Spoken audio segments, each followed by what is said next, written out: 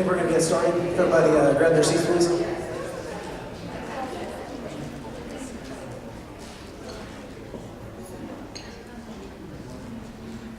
I have the pleasure of introducing our next speaker, who's here for the legislative update for municipalities. For those of you that don't know Chris Knight is the Director of Research and Policy Analysis for the League of Municipalities. In that role, he leads the League's analysis of the impact of legislation on cities and towns throughout the state. He also directs the League's research efforts and manages the surveys that the League sends out to gain information on all of our member communities. Chris has been a part of the League's governmental affairs team since 2008, and I think he's been in this position about a year now. Before taking this position, he assisted in legislative analysis and managing the team's communication initiatives. He is a native of the state of Ohio and unfortunately has a degree from Duke, but we won't hold it against him. Please welcome Chris Knight.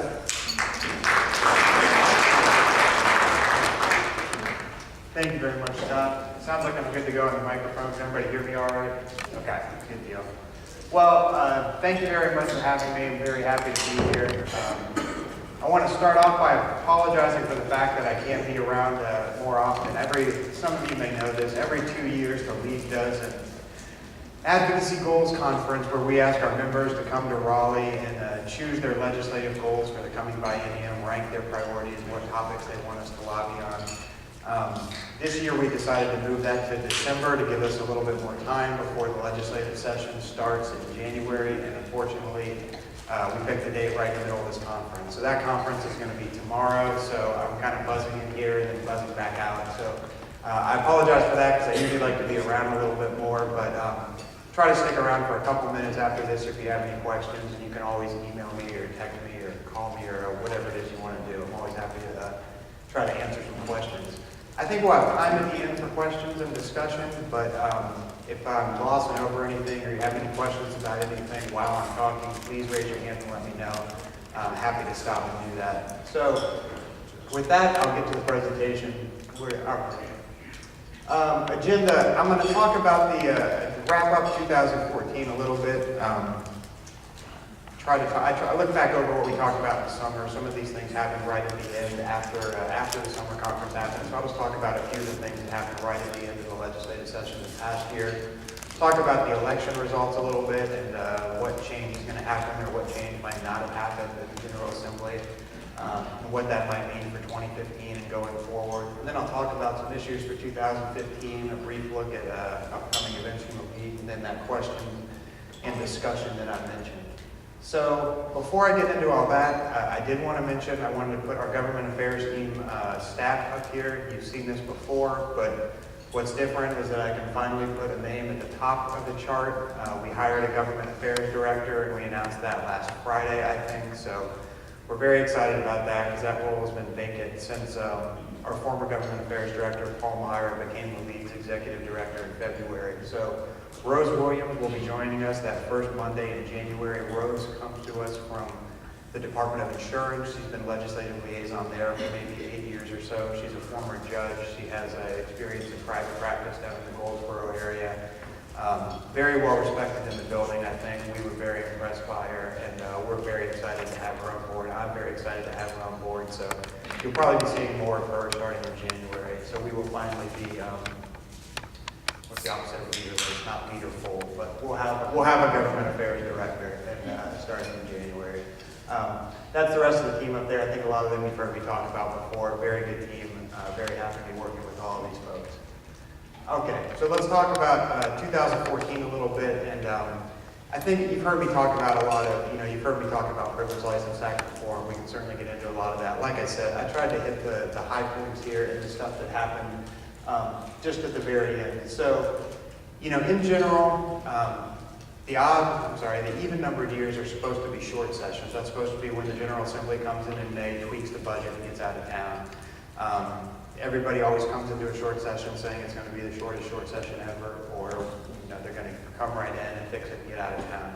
That, of course, didn't happen. They came in May, did a lot of work really quickly, and then sort of ground to a halt around the end of June, mainly as the budget negotiations were really held up between the House and the Senate. And so I think their final adjournment date was something like August 20th.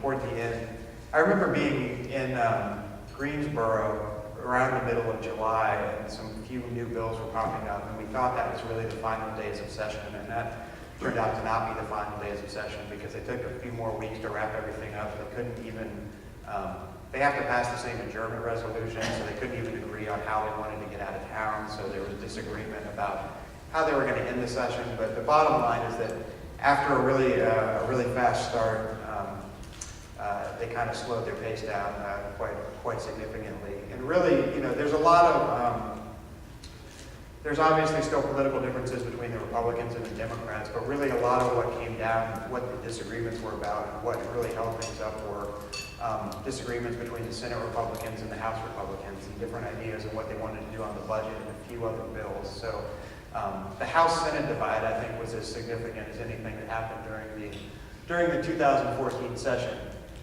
So like I said, there was adjournment speculation every day. There was a new rumor about when they were going to get out of town or when they were going to end. And by the end, I don't know, it got kind of farcical and exhausting. But the bottom line is they got out of town, sine die, as they say, on August the 20th.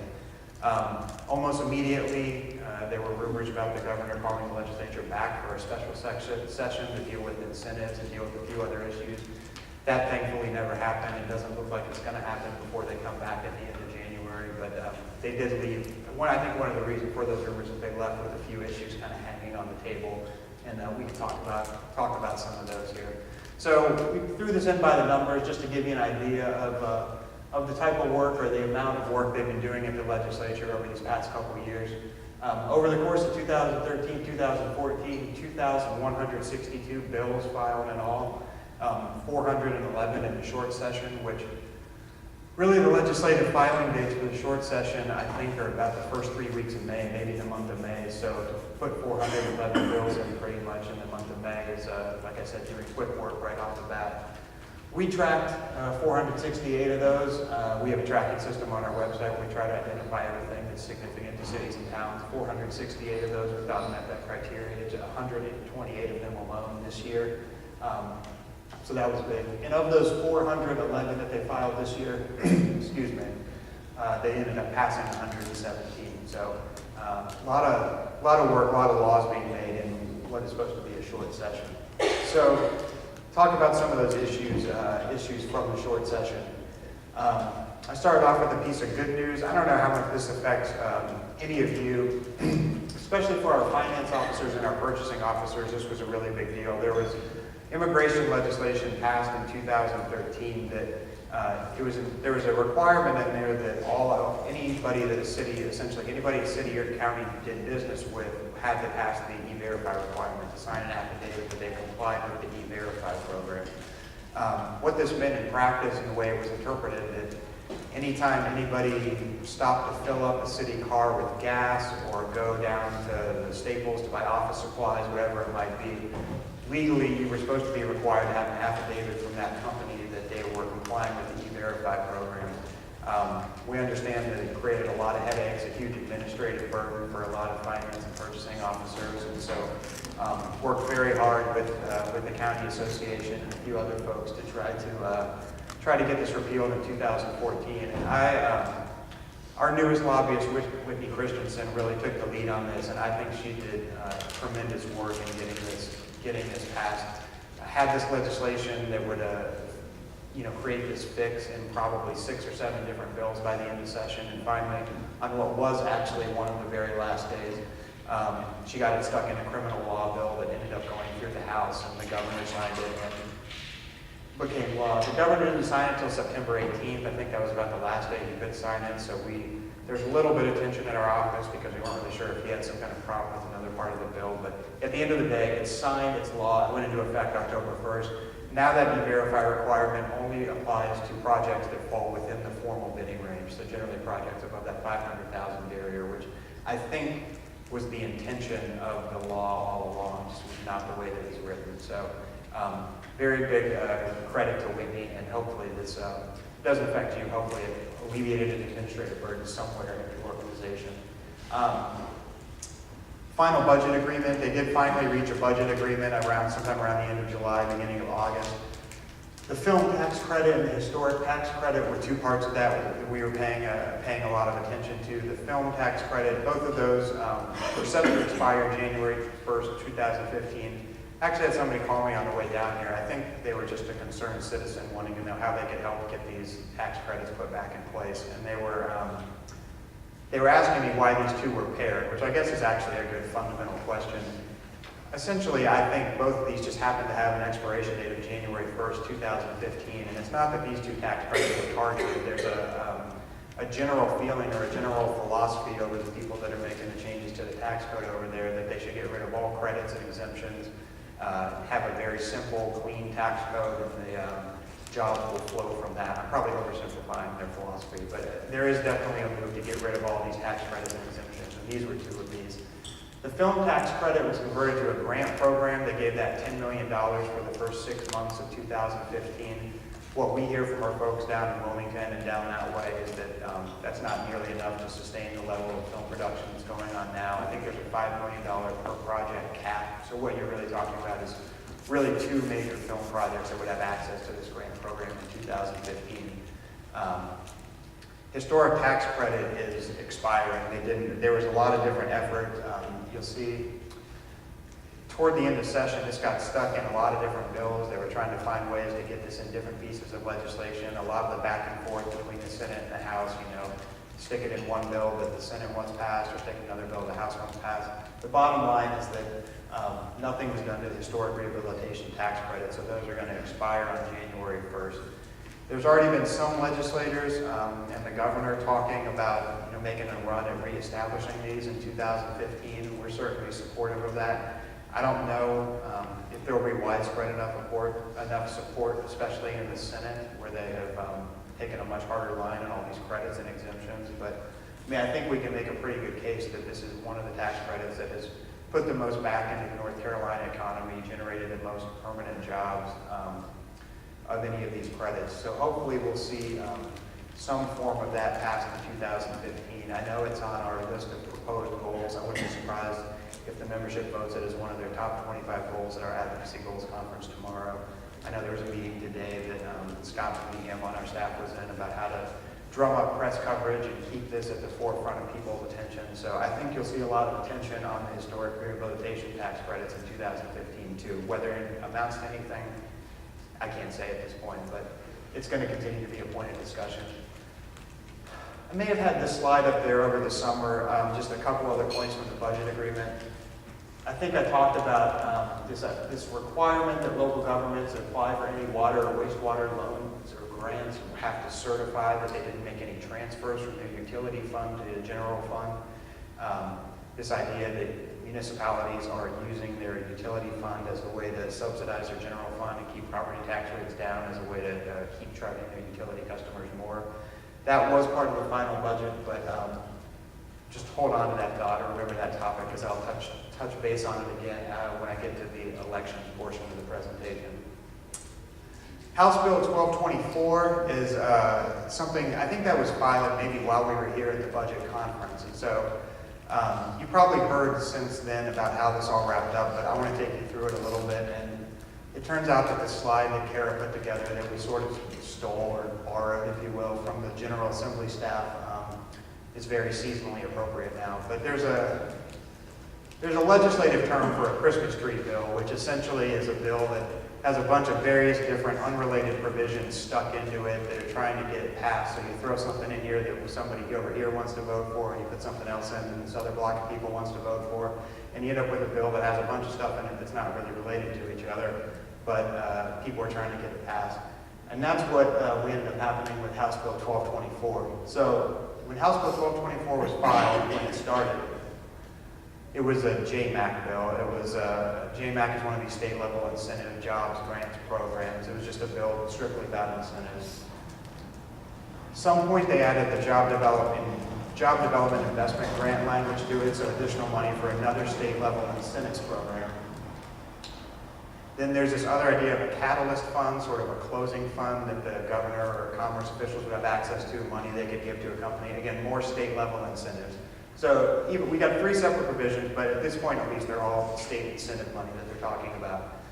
Local sales tax option is when we got involved and when the counties got really involved. There was the, this is, I think what had just come out when we were here for the summer conference, and what you probably heard talked about since then, is a move to cap the local sales tax and that any county, the total local sales tax that any county can levy. And there was, it went through a lot of different iterations publicly. I understand there were even more iterations behind the scenes. I'm not sure I can track all the ways that this bill changed. The local sales tax option portion of it changed while it existed. But essentially at the end of the day, it was, at least by the proponents, it was said that it was trying to put every county on a level playing field, to limit their local sales tax that they could levy to 2.5 cents. And you could take, counties could take that additional quarter cent or half cent and use it for either transit or education, or there was a general purpose portion for it at the end. They were going to give counties options, but it was a method to cap the total sales tax, and what they said was to put everybody on equal footing so that urban counties didn't have some additional authorities that rural counties did not. We opposed the bill. We opposed this portion of it for a few different reasons. I mean, one was simply, I think, the process and trying to make such significant changes so late in the session. I think, all these additional local sales taxes we're talking about are county sales taxes that are not shared with city governments, and so we had some concerns that it was being marketed as an economic development bill. You're kind of leaving out half of that equation by only focusing on the sales taxes that are county only and not shared with the cities. But regardless, and this is when we took notice of this bill and really got involved in it. But a lot of people wanted the incentives piece passed, a lot of people wanted the local sales tax option piece passed, so they threw in something about confidentiality for unemployment insurance claimants to try to satisfy a certain portion of the population there. The revenue laws technical changes bill, they just rolled that whole bill into House 1224 to try to get, the revenue laws proponents, I guess, on board. There's a legislator who's very interested in crowdfunding for private businesses, so they stuck that in at the end of the day. And eventually, I said the historic rehab tax credit got put in a bunch of different bills. This was one of them. There was a study of the historic rehab tax credit. So at the end of the day, this is really your Christmas tree. I mean, these are your different ornaments, your state level incentives, your local sales tax options, all these little different pieces here at the end, trying desperately to get this bill passed. It ended up failing at the end of the day. I think the final count was, I had it at one point. It was something like 57, 49, 55. It was about 7 votes, I think, when it came down to it. The local sales tax option was certainly part of that. A lot of the debate on the floor was about incentives. You had some, like I said, some partisan break. There was some even split within the Republican Party in terms of folks that support incentives and those that are just anti-incentive generally. There was some regional breakdown in the vote, but at the end of the day, this bill did not pass, and that was one of the reasons the governor was talking about coming back for a special session, was to deal with some of these incentives up here that they wanted passed. This idea about local sales tax, fairness among all the counties, kind of not making sure that the rural counties are treated similarly to the urban, that's another idea that I'll touch on again here in a moment, so just keep that in mind. But for now, I'm going to jump into the election wrap-up. Those are sort of the key issues that happened at the end of the 2014 session. Well, let's talk about what happened in early November in terms of the elections. At the U.S. level, the Speaker of the House, Tom Tillis, the Speaker of North Carolina House, defeated Kay Hagan for the U.S. Senate seat. I think y'all probably know that. One of the most expensive races, certainly North Carolina, actually one of the most expensive races nationally, I think, too. I think $38.48 per vote cast at the end of the day. So I think it was a $100 million race when you factor in all the outside spending. So our Speaker of the House will be moving up to the U.S. Senate. That would kind of overshadow everything that happened for most of this legislative session, but that's over now. We have every legislator up for re-election every November, so all 120 House members, all 50 senators. So the opportunity for significant turnover in the General Assembly happens every November. We didn't really have that this year. The Republicans, who previously had supermajorities, veto-proof majorities in both the House and the Senate, actually picked up a seat in the Senate and only lost 3 seats in the House, a net of 3 seats. So you're still going to have both chambers with a Republican veto-proof majority next year. And we had some of these folks running unopposed to some of our sitting legislators. In the House, like I said, it went to a negative, a net gain of 3 seats for the Democrats, 3 lost for the Republicans. The Senate actually picked up a seat, so it'll be 74-46 in the House, 34-16 in the Senate. The only incumbent defeated in the Senate was Gene McLaurin. He's a Democratic senator from, he used to be the mayor of the town of Rockingham. Like a former mayor, very big friend of cities. We were very sad to see him lose. A very reasonable legislator who worked with us on a lot of really good issues.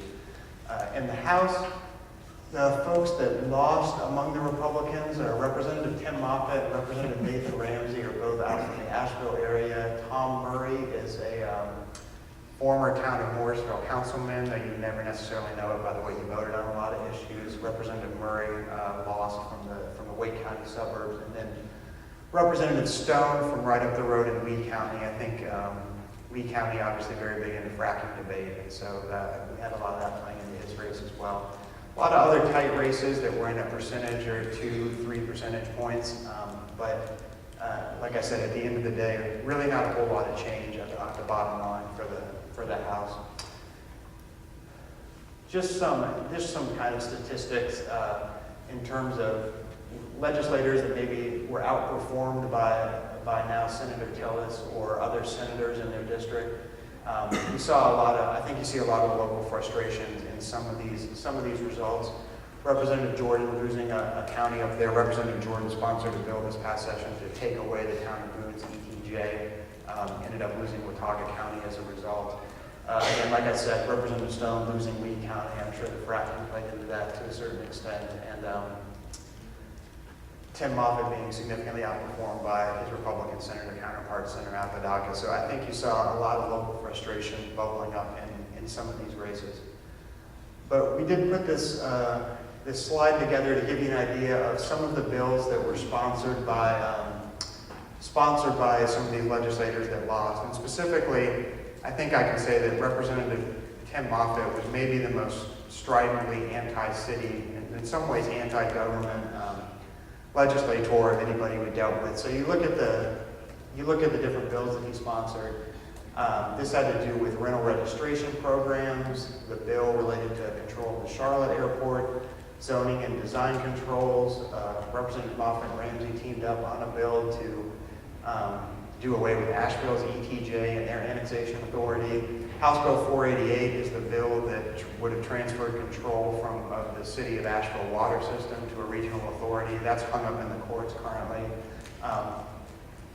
House Bill 708, I said I'd come back to this later, the study of public enterprise systems use of funds. I mean, Representative Moffitt has been the one pushing the idea that cities are using their utility fund as sort of a slush fund for their general fund. And we're supposed to have a committee that met a couple times out of session to examine that issue. That committee has not met since the legislature has adjourned, so maybe if we're lucky, you'll see some push for that and the discussion of that issue go away now that Representative Moffitt is no longer in the legislature. But anyway, I think you get the idea of the kinds of bills that were being pushed and why we weren't necessarily terribly upset with all of the election results that came out in November. Just a couple of Tim Moffitt quotes. I'm sure some of you at least are familiar with the movie Mean Girls.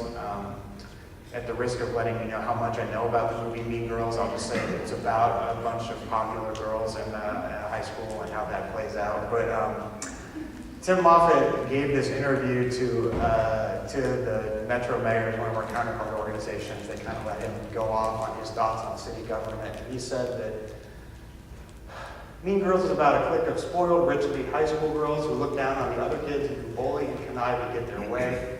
We allowed city governments to be North Carolina's Mean Girls. So whether you knew that you were Lindsay Lohan or Rachel McAdams or wherever you want to be, y'all are apparently the plastics. And his other point was city governments are not homeowners associations. Sometimes our mayors forget that. Government bureaucracies and busybody urban planners with too much time on their hands shouldn't be telling private property owners what color they can paint their house.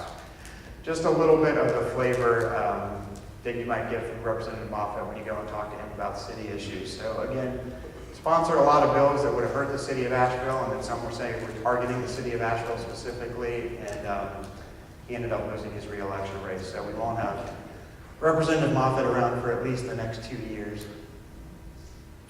Soon after the election, I don't remember, the days and weeks are running together. This may have just been a couple weeks ago that they held these elections. But I mean, one of the big things for the 2014 session was who's going to replace Speaker Tillis, because we knew Speaker Tillis was running for the U.S. Senate.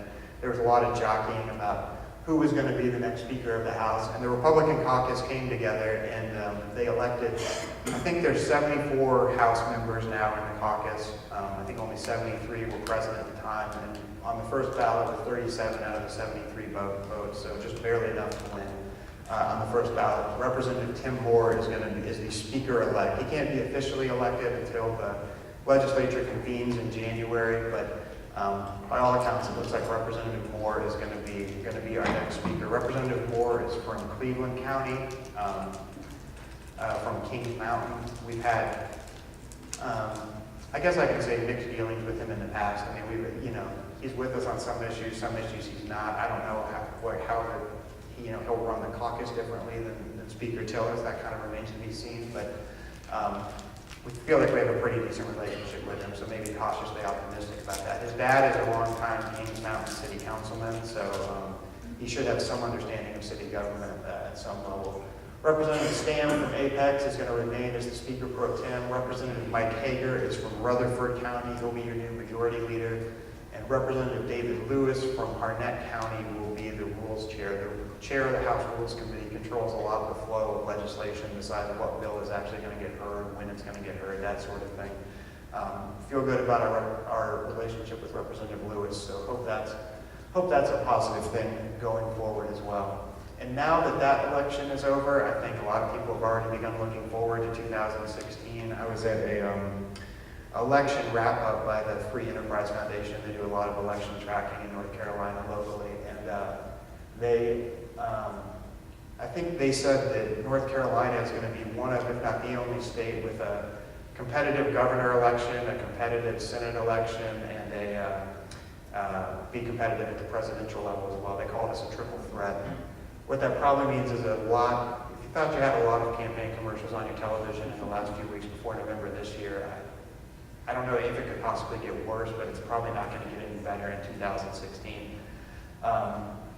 Governor McCrory's re-election website is already live.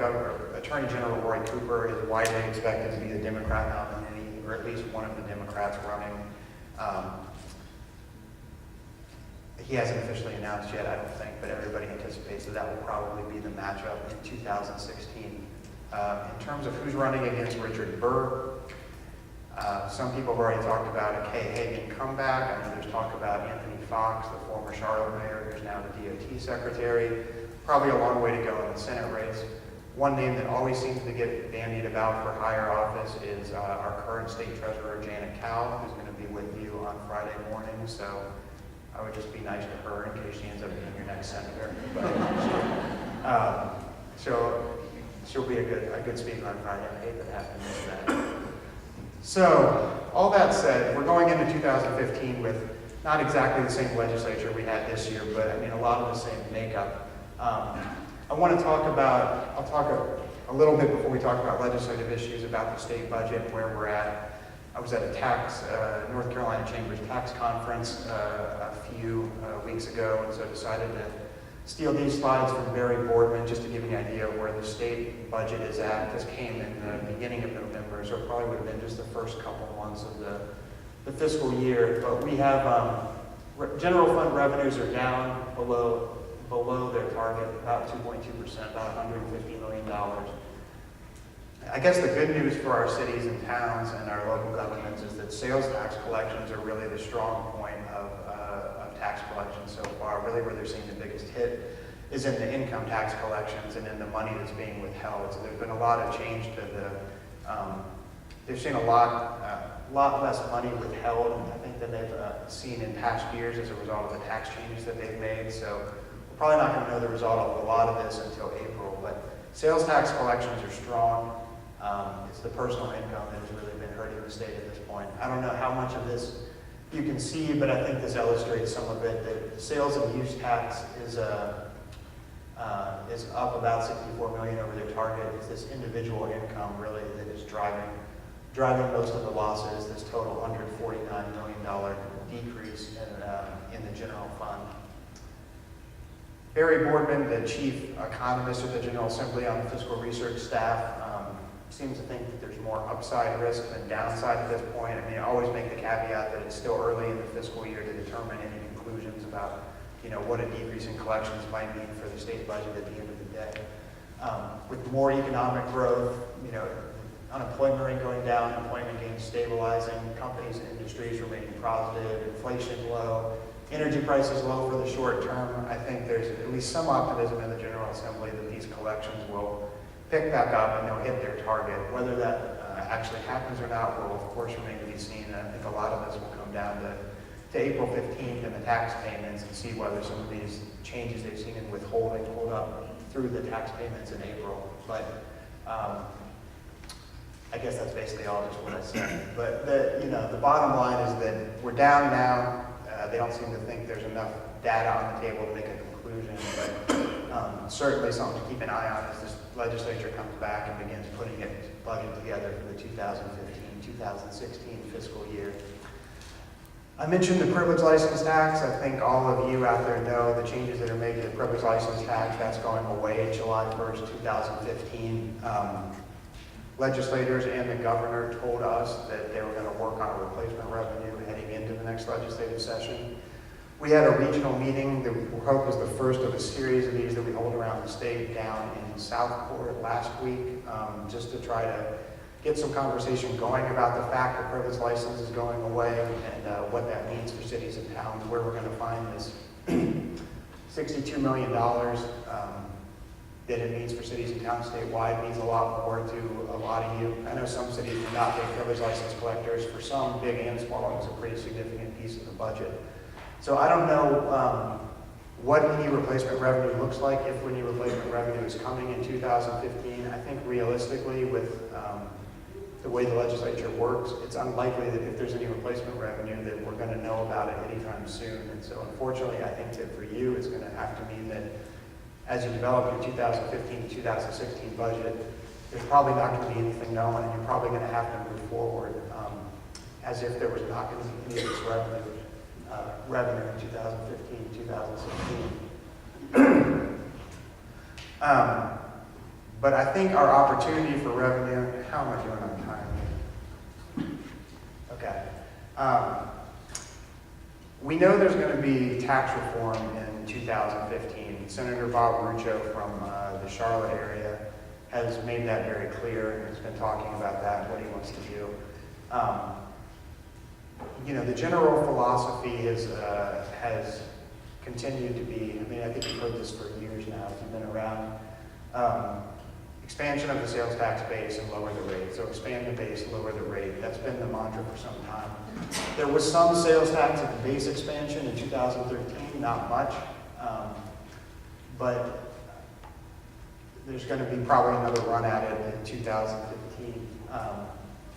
I put this last point here at the bottom because urban-rural issues factor into tax reform. This idea that came up during House Bill 1224 about trying to create fairness between urban counties and rural counties and making sure that rural counties are getting their fair share of the pie. I was at that North Carolina Chamber Tax Conference where they had Senator Rucho talk, and he came out and said that they're going to be looking at changes so that, I'm trying to remember his exact words, but something like, so we just don't have 6 counties that are centers of prosperity and the rest of the state is struggling. There's no written proposal. Nobody knows exactly what's on the table or what's being discussed behind closed doors or what there's been a lot of speculation out there about what might happen. And I was talking with somebody about that just before now. I think, I'm trying to think what I can say or how I can say it. But I think a lot of the thought is, you've got 3 articles of sales tax now. You've got a full cent, and 2 other half cents. 1 half cent is distributed out to counties on a on a per capita basis, and 1.5 cents are distributed back to counties on a point of sale basis. So the money actually goes back to where the sale happened. We've seen articles out there, and one thought out there is that they could shift a portion of that distribution, all of that distribution for the sales tax, from a point of sale distribution to a per capita distribution, so that all the money is going out around the state based on where the population is and not necessarily where the sale happens. Again, I don't know if that's what they're talking about. We haven't seen anything written down. We don't know what they're going to come out with until they come out with it, but that's certainly something that people are talking about. If they expand the sales tax widely enough, maybe there's enough extra money in the system that they can redistribute it some of the ways, and it wouldn't have a huge hit on anybody's budget. They've made efforts to expand the sales tax in the past, and nothing has really come of it. So I don't know what else is being looked at. Nothing may happen with sales tax redistribution. This may be an idea, but when you hear Senator Rujo talk about wanting to make sure that the rural counties are getting their fair share of sales tax, changing the way that some of these sales taxes are distributed would certainly be one way to do that. And I think that would, certainly for our membership, I'm sure for the county's membership, it's going to, some people will benefit from that, some people will be hurt by that, and you'll have winners and losers just among cities and towns themselves. So I can talk more about that or take any questions on that you have. I mean, again, I would just emphasize that this is all just people talking at this point, and nobody's seen anything hard, nobody's seen any hard numbers, nobody's seen any legislative language, nobody's seen anything written. But this is what people are thinking now when we talk about tax reform in 2015. So I think that's obviously going to be, probably the major issue for cities and towns and local governments in general heading into 2015, is what's going to happen with municipal revenues, what happens with privilege license tax revenue, and where do we go from here on tax reform. Privilege license, control of municipal utilities, again, like I said, with Representative Moffitt gone, control of municipal utilities may not be such an issue anymore. I don't know if anybody else is as excited about that as he was. Transportation funding, certainly there's going to be another look at trying to raise some more money for transportation to try to close the gap between the state's needs and what is the money they're actually able to bring in on transportation. So I don't know what those new revenue sources would be. The governor said he'd talk about a package of revenue enhancements, but nobody's seen any specifics on that. Some more issues that that are going to come up: ride sharing. I know this is an issue for some of our big cities, and how we're going to regulate the Uber and Lyft and Airbnb and some of those types of new pieces of the sharing economy, as they call it.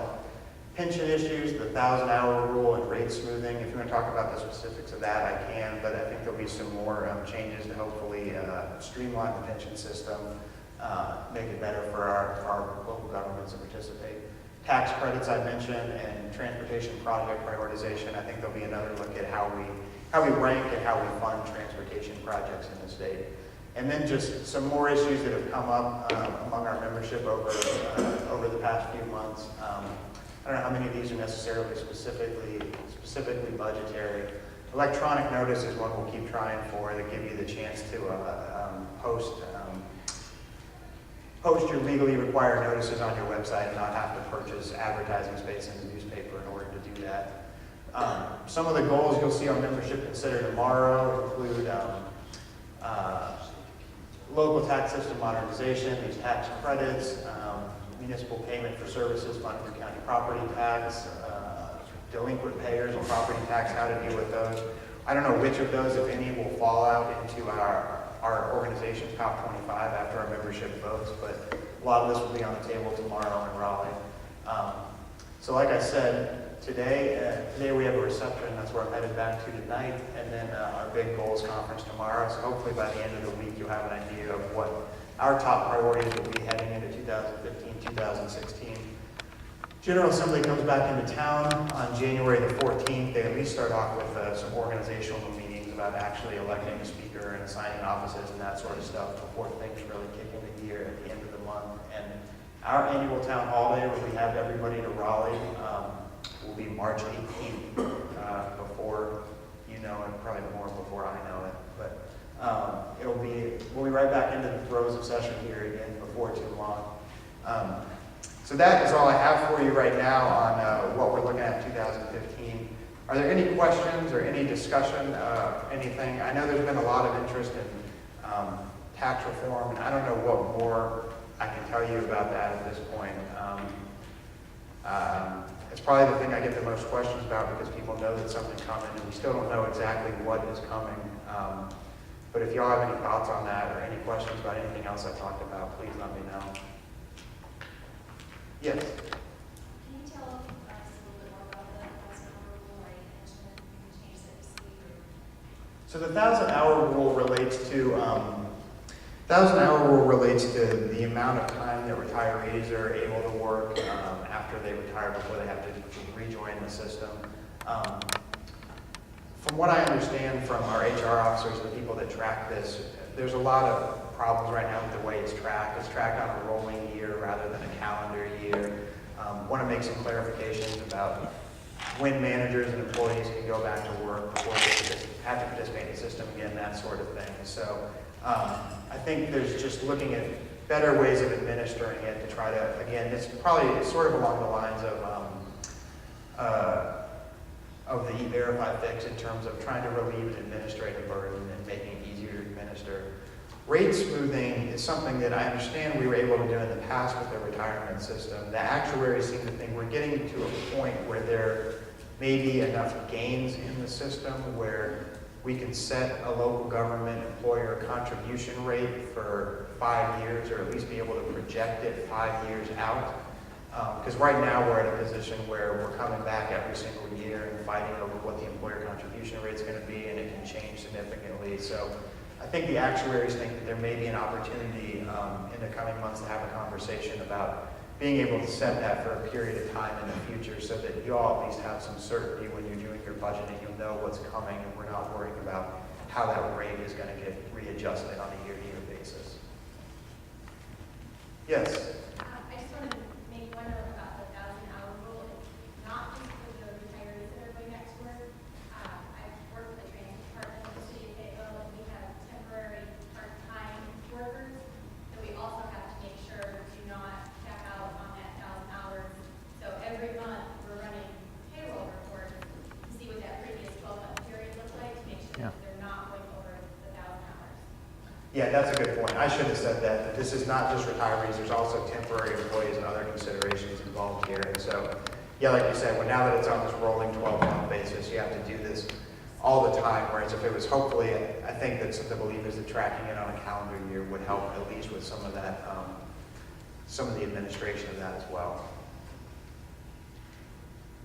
Yes? Chris, my question is something that we haven't had an opportunity to look at yet, but just today, I think the utility sales taxes were posted to the state's website, the Department of Revenue. Yes. And I noticed that for us, we're about 8.4% ahead of where we were the first quarter last year. So has there been any analysis, or will there be any analysis to determine is that, based on the change in the revenue collection method, or is it based on weather impacts, or are we in good shape going forward related to the tax method change? Yeah, I was going to mention that the utility franchise, there were changes made in tax reform in 2013 to where eliminating the franchise tax, applying the sales tax rate to the sales of electricity and natural gas, and then returning a percentage of that to cities.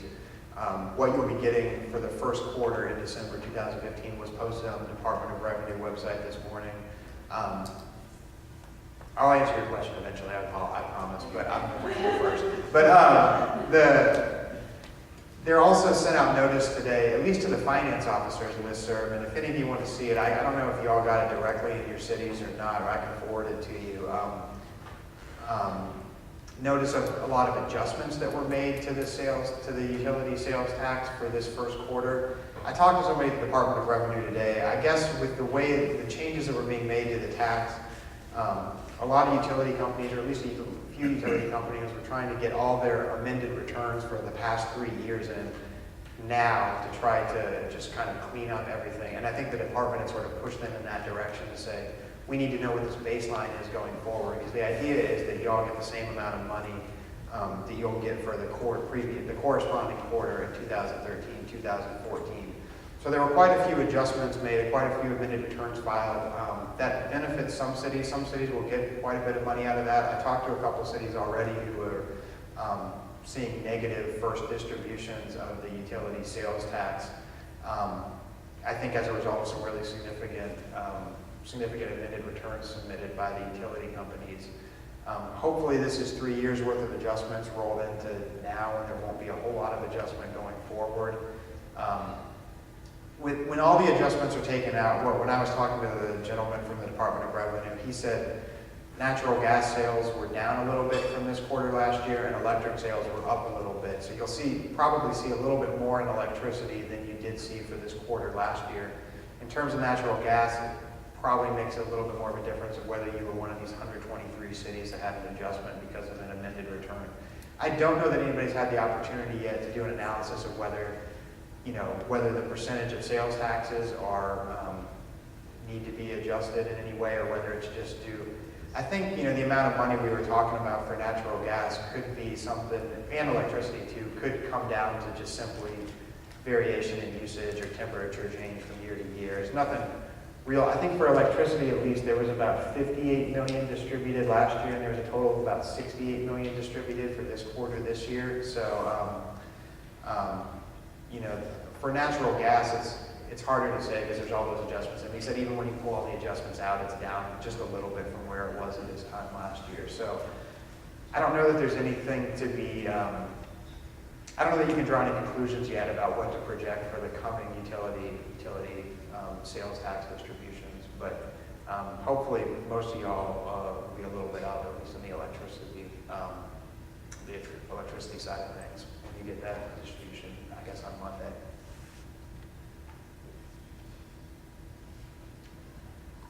Anything else?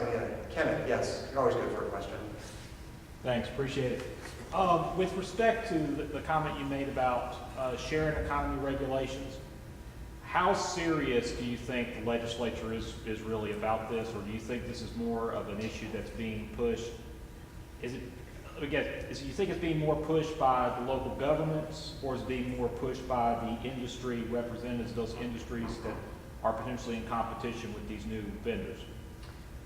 When it was presented to the Revenue Laws Committee, I don't think there was a lot of consensus in terms of how they, I think some legislators seemed very interested in it. Some others said they should kind of back off and let the private market, do what it does.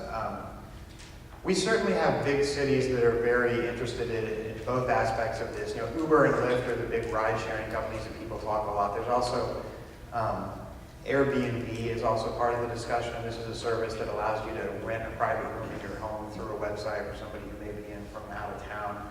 And there were presentations made from local bed and breakfast and owners of businesses like that about the impact Airbnb has had on them. I know in the city of Raleigh locally, we've had an issue with that that's made the news recently.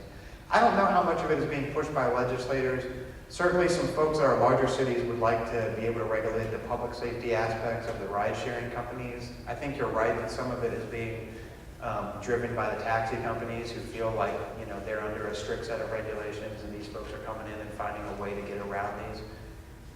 There's been a lot of different efforts around the country to put regulations on these businesses. Some of them are more successful than others. A lot of cities have tried and I think had a lot of struggles in actually getting these put in place. So I don't know how much momentum there is behind that, or whether anything's likely to happen. Yeah, I guess it's just weird because it's kind of funny because 2 years ago they passed a law. They basically at the last minute passed a law which kind of basically provided for an open market. They basically did at the end of the 12 session. So I was just wondering, it's almost like they've now gone back and are almost trying to reverse a prior decision. Yeah, you're right. They stuck something in the budget, I think, in the end of 2013 that made it harder for these things to be regulated, and now they're becoming more widespread, and there's more discussion about them, and now they're at least taking another look at it. But you're right. There's been no legislation. There's nothing drafted, so I don't know whether anything will come of it or not. I expect it to be a point of discussion, but that doesn't mean that anything will actually actually happen at the end of the day.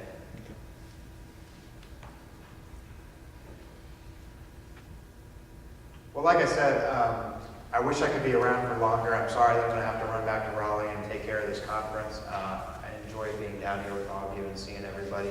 If you have any questions you want to ask me offline, grab me real quick, or you can always, I think you'll have my presentation and my contact information is on there. So just email me or call anytime. I'm happy to try to help any way I can. But thank you very much for having me, and hopefully we'll see you all again very soon.